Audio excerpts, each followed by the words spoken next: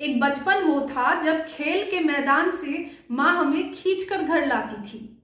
और एक बचपन ये है जब माँ हमें जबरदस्ती खेल के मैदान में भेजती है। ये कैसा बचपन है? जब हम पैदा होते हैं तो जो सबसे पहले चीज हमें दी जाती है वो होते हैं हमारे खिलौने। इन्हीं के साथ खेल खेल कर हम बड़े होते हैं। लेकिन क्या हो अगर ये लत बन जाए? दोस्तों नमस्कार, मैं अक्षिता झा और आपका बहुत बहुत स्वागत है आपके YouTube चैनल एक्सप्रेसिव यूथ में। हमारे देश की कुल आबादी का 41% हिस्सा यानी कि करीब 55 करोड़ लोग ऐसे हैं जो 20 वर्ष से कम आयु के हैं। यानी हमारे देश में कुल 55 करोड़ बच्चे ऐसे हैं जो 20 वर्ष से कम आयु के हैं। इनमें से 65% बच्चे ऐसे हैं जो ये मानते हैं कि वो ऑनलाइन गेम के चक्कर में खाना और नींद तक को त्याग सकते हैं। इतना ही नहीं, कई और ऐसे बच्चे हैं जो ऑनलाइन गेम के चक्कर में आकर चोरी और कई ऐसे अपराध को अंजाम भी दे सकते हैं। तो दोस्तों इस वीडियो में हम आपको बताएंगे कि ये ऑनलाइन खेल कैसे हमारे बच्चों की जिंदगी के साथ खेल रहा है। पहले मोबाइल और इंटरनेट का इतना विकास नहीं हुआ था, इसलिए लोग भी इन चीज़ों में ज़्यादा ध्यान नहीं देते थे। लेकिन अब हर किसी के पास स्मार्टफोन और इंटरनेट है, जिस कारण लोगों का रुझान ऑनलाइन गेमिंग की तरफ ज़्यादा हो गया है।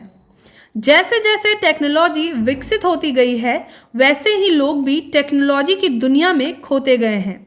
इसका एक कारण कोरोना को भी माना जा सकता है, क्योंकि इस दौर में ऑनलाइन शिक्षा के लिए बच्चे के हाथ में स्मार्टफोन और इंटरनेट आ गया, जिससे पढ़ाई के बाद बच्चे गेम की ओर आकर्षित होते गए।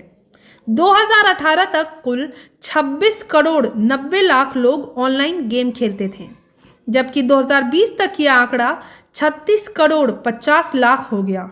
और ऐसा माना जा रहा है कि 2022 के अंत तक यह आंकड़ा 51 करोड़ लोगों तक पहुंच जाएगा।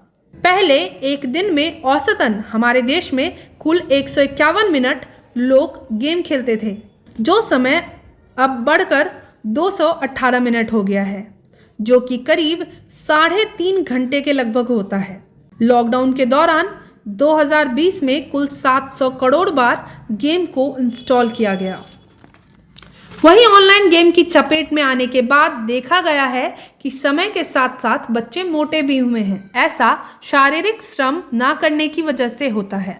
साथ ही बच्चों की दृष्टि में भी 4 से 5% तक की कमी आई है। ऑनलाइन गेम की लत से बच्चे डिप्रेशन तक में जा सकते हैं, क्योंकि ज़्यादातर ऑनलाइन गेम युद्ध पर आधारित होता है। इस वजह से गेम में ज़्यादा घुसने के बाद बच्चे हिंसक होते जा रहे हैं और कई बार आपराधिक घटनाओं को भी अंजाम दे चुके हैं। वो कहते हैं ना, खाली दिमाग शैतान का होता है। ऐसी ही 2 घटनाओं से हम आपको रूबरू कराएंगे, जहां एक बच्चे ने कैसे अपने ही चचेरे भाई की हत्या कर दी और वहीं दूसरे बच्चे ने अपनी ही किडनैपिंग की कहानी रच डाली। देखिए हमारी ये रिपोर्ट। तो पहला मामला राजस्थान के नागौर का है, जहां एक 16 साल के बच्चे को गेम की लत ऐसी लगी कि उसने लाखों रुपए उधार ले लिया और जब पैसे लौटाने की बारी आई तो उसे कोई और चारा नहीं दिखा। घर वालों ने जब पुलिस को सूचना दी तो बच्चे ने अपने ही चचेरे भाई को खेत में ले जाकर उसकी गला दबाकर हत्या कर दी और उसे वहीं दफना दिया। पुलिस जांच के दौरान मोबाइल के लोकेशन से आरोपी तक पहुंच गई और खेत में गड़े बच्चे के शव को बरामद कर लिया। वहीं छत्तीसगढ़ के अंबिकापुर में 17 साल के एक बच्चे को पबजी की ऐसी लत लगी कि उसने खुद के ही अपहरण की कहानी रच डाली, क्योंकि टारगेट पूरा करने के लिए बच्चे को पैसे चाहिए थे। पहले भी बच्चे ने पैसे के लिए अपने पापा की बाइक बेच दी थी और दोबारा जब पैसे की ज़रूरत पड़ी तो एक दिन अचानक से वो गायब हो गया।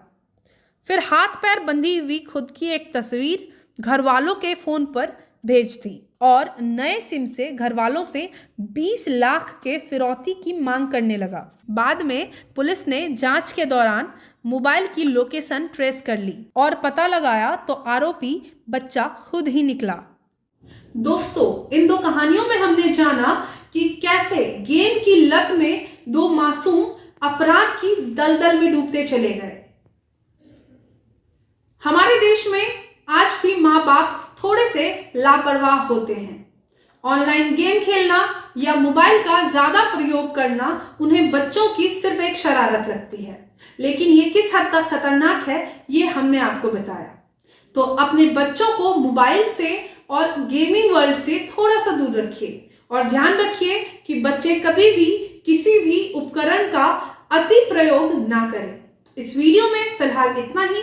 घर पे रहें, सुरक्षित रहें और हाँ, 2 गज दूरी, मास्क है जरूरी, बिल्कुल ना भूलें। नमस्कार।